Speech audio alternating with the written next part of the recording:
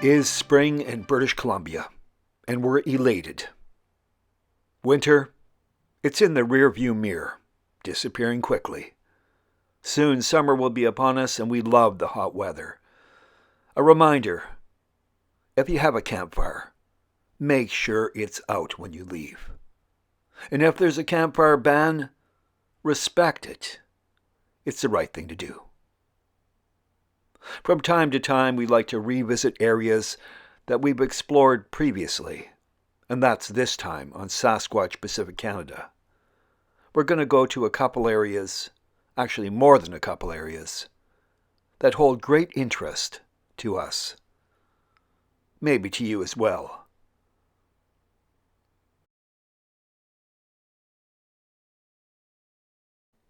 Our elders taught us many lessons.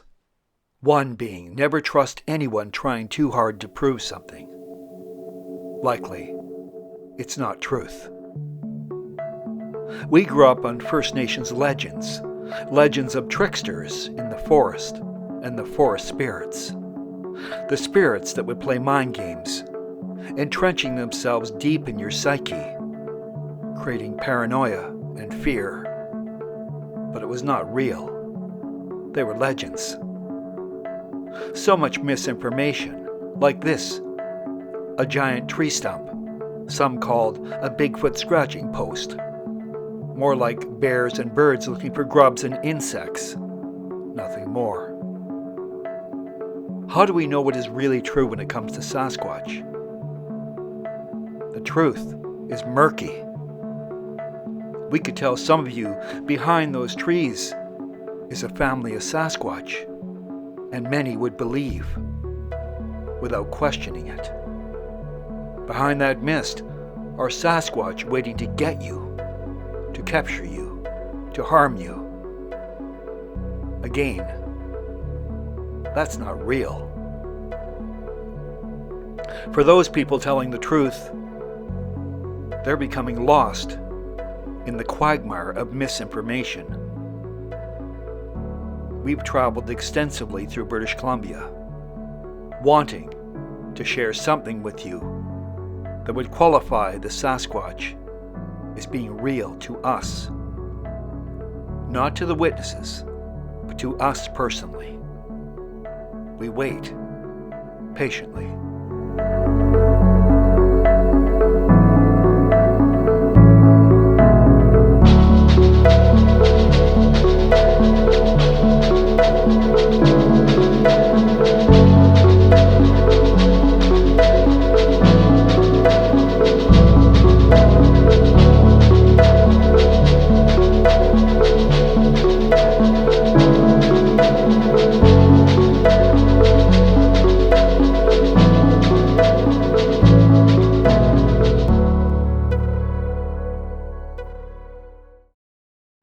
Assuming some of you watching this program may not have a whole lot of outdoor experience, so if you're near a body of water like a creek, a river, or even a stream, you may not hear a bear approaching with cubs, and that could change your life. At least it will change your day. Chances are the bear will act offensively and charge you. It may be a false charge, it may be a full-on attack. And then what would you do? Be bear aware, stay safe, keep your eyes open, your senses alert. A public service message from us to you.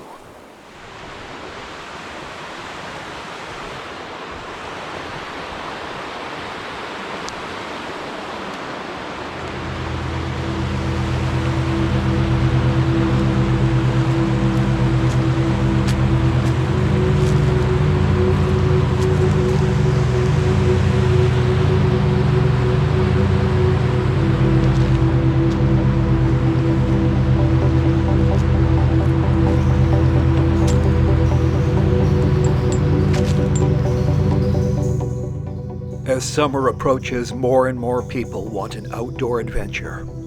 Fortunately, the majority of people spend their time in the southern portion of the province. Local parks, local streams, creeks, rivers for fishing, and local mountains.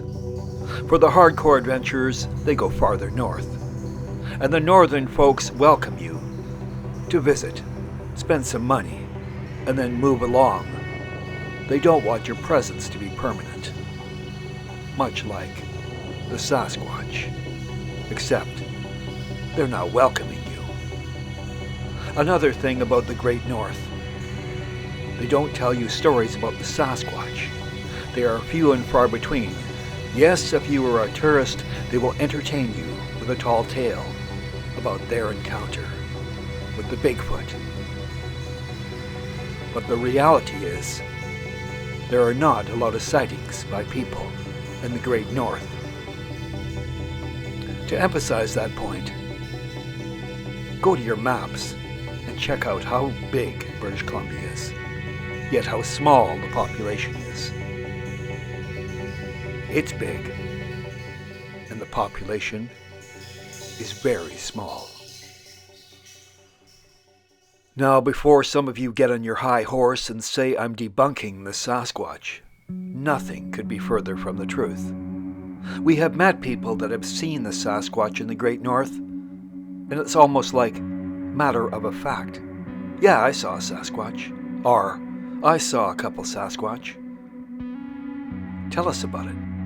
Well, I saw them. And the description is always the same. Tall, hair-covered, moving swiftly or standing very still. Many people leave the scene immediately, frightened. The mountains hold mysteries. More and more people venture into the hillside. Maybe there's discoveries up there to be made. A final resolution to the greatest mystery in British Columbia, that of the Sasquatch. We take stills. We have hundreds of thousands of stills.